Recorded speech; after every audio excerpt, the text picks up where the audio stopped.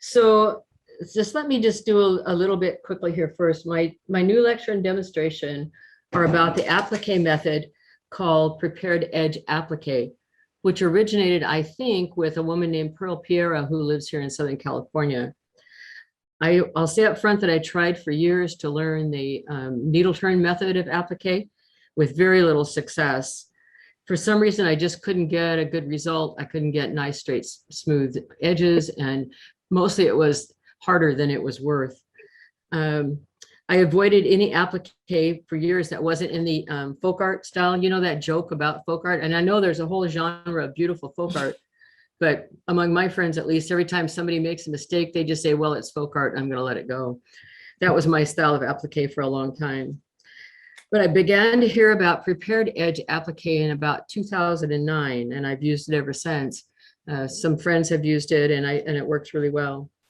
So if you hire me to come to your guild, what I'll do is a live demonstration of how to use this method using a simple flower pattern, as you can see here on the screen.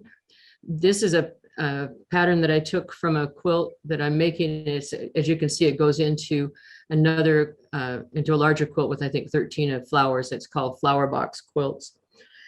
Let's see, I'll include, take you through for the whole process from making template material with freezer paper to stitching down the completed petals and center.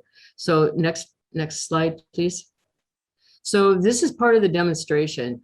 I've laid out the petals that go on the flower. And as you can see, I have a lot of them done. And then I'll demonstrate for you how to actually put the the template on the back of the flower. You can see it there, and how to turn it under. Because of course, the whole point of prepared edge applique is to have your edges all turned under and secured before you try to put it on your background. It just makes it a lot easier. I'll talk to you about how to use the various associated implements. You can see the triangle iron there in the corner. That's what I use most of the time, and it works really well. But I have done this with a small travel iron, and in fact, occasionally used a larger iron. So it's, if you have these large smooth shapes, you can use just about any kind of iron you have. You don't have to go out and buy this triangle iron. I use liquefied sizing instead of starch, because it doesn't flake and it doesn't build up so much.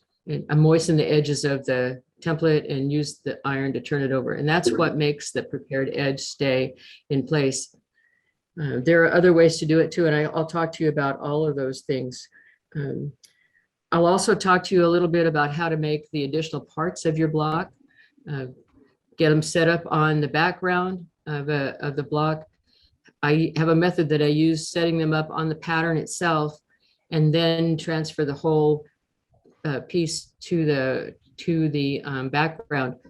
It's just easier. If you had to sew all of these separate petals down on your background, individually, they will never stay in the right place. And so you have to be sure that you have a way to attach all this stuff together. And I'll talk to you about that. I'll talk about the plastic circle templates, such as the ones from Karen K. Buckley, and how to make stems and all that sort of thing. So what we do really is we just start at the very beginning. How do you make the template? What do you use for that?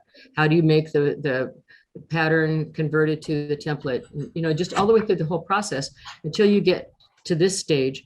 And you can see the one on the right, the flower on the right is the one that I've just assembled. The flower on the left with the kitty cat face is the one that I had done before as a completed sample.